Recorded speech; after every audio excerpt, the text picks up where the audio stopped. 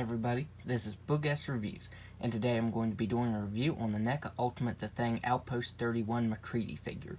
So before we take a look at Macready, let's take a look at all of the numerous accessories that he comes with. First up, he comes with two alternate hooded heads. So the first head sculpt is the more concerned look with the hood up. I think this looks really good. It's got some really nice texturing to it, and some pretty good paint detail. And I think that this likeness to Kurt Russell is pretty good. I think the likeness is better on the hooded head sculpts than the regular head sculpt. But yeah, that's not a bad likeness of Kurt Russell.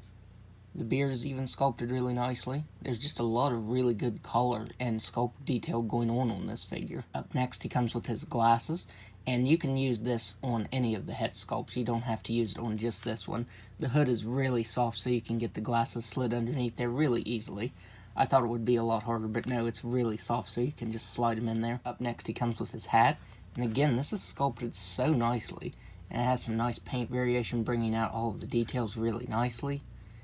And you can see it has this ribbon that's tied around it. I think this is the same sort of stuff that they used for Donatello's, his bow staff to keep it on his shell. I'm pretty sure it's the same stuff. But yeah, this looks really nice. And here is the more angry head sculpt. Again, it looks really nice. And there, this head sculpt is with the goggles on. And as I said, you don't have to put it on just the head sculpt that I have it on. You can actually put these on any of them. And I think that's really nice. But yeah, that looks pretty awesome. I forgot to mention you can also put the hat on his back like it's seen in the movie. It stays really nicely. It doesn't move.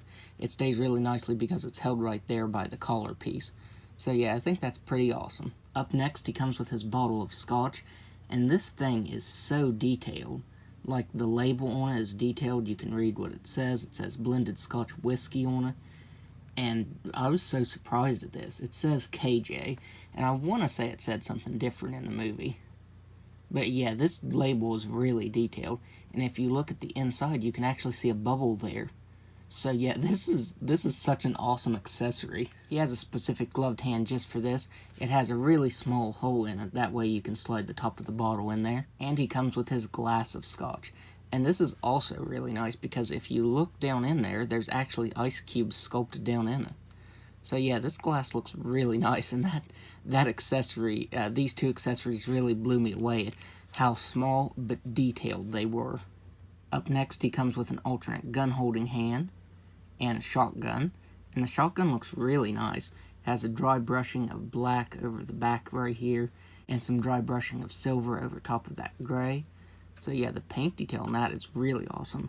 On the package, it even shows Macready holding it with this hand, but there is no trigger finger. It would have been nice to have seen this with the trigger finger. That would have been pretty cool.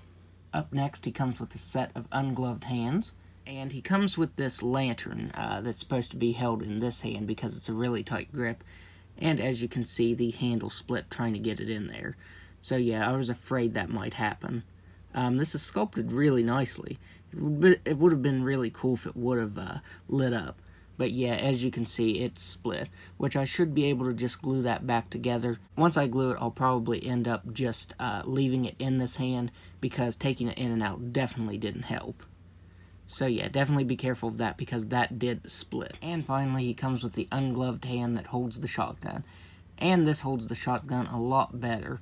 And I can see why the other hand didn't have the trigger finger, because putting the trigger finger through the trigger there actually splits this right here. So yeah, that does suck. That might have been my fault though, so that might have been my fault. So now let's go ahead and take a look at the head sculpt. So this head sculpt isn't awful. I've heard a lot of people saying that it's a bad head sculpt of Kurt Russell and it doesn't look like him, but I do think it looks like him. There's just something off about it and I can't place it. It does look like him, but something is just a little bit off. But other than that, it looks really nice. You can see some paint variation in the beard there. And he has some paint variation to the hair and some really nicely sculpted hair. The hair is definitely on point. The fur color looks good. The texturing to the jacket looks really nice. Neca did the buttons in a nice bright silver color. As you can see, they did paint over top of the joint here. It is a lighter color, but with me posing it around, the paint did start to chip there, which that happens with a lot of Neca figures. They actually go the extra mile and paint the pegs right here. But I pose my figures around so much that it's going to chip in no time. The pants are sculpted really nicely, and the zippers on the pants they're really sculpted nicely. It really looks like a miniature zipper. And the paint is done really clean on those. They came out really clean for being such a small detail. That's the one thing with this figure. It has a lot of really small details that were captured really well. Like if you look at the hands right here without the gloves, you can actually see the veins on his hand. So yeah, Neca really went the extra mile with this figure. And there are his boots. Again, sculpted really nicely, and some paint variation over top of them that brings out the sculpt really nicely. So yeah, this is a really awesome figure. So now let's go over his articulation. He has a ball-jointed head that can look back all the way. I don't know if this is the first figure to do it, but he has a different type of ball peg for the head there. So I definitely like this. It feels like I'm not going to break it when I'm switching the heads out. So that is really good. He can move his head down all the way. He can move his head side to side. He has ball-jointed shoulders that can move all the way out. He has single-jointed elbows that can just about bend in all the way. He has swivel wrists that can move side to side and up and down. He has a ball-jointed diaphragm that can move back just a little bit and down just about all the way. And it can move side to side and move all the way around. And he also has a swivel at the waist. But I did want to say, if you move him back very far, you will see that showing through underneath. Also, he uses a new type of ball joints. I don't think any Ultimates have used these type of joints. It's the same joints with the Cartoon Turtles and the Baxter Stockman I just reviewed. So yeah, I think this is the first Ultimate to use these joints, and I really like that. I feel like they allow for more articulation, so that is really nice, and I don't feel like they're going to break. So he has ball-jointed hips that can just about do a complete split. He can kick forward all the way. He can kick back all the way. He has a single-jointed knee that can bend in that far and swivel side to side. He has boot swivel that moves side to side. He has swivel ankles that can move down all the way, up all the way, and an ankle rocker. So overall, I would highly recommend picking this up because this is definitely my favorite Ultimate figure of the year so far. Just all of the accessories, all of that detailing. There is a lot of details going on in this figure, and Neca really went the extra mile with it, so I really appreciate that. So hopefully we can get more Thing figures.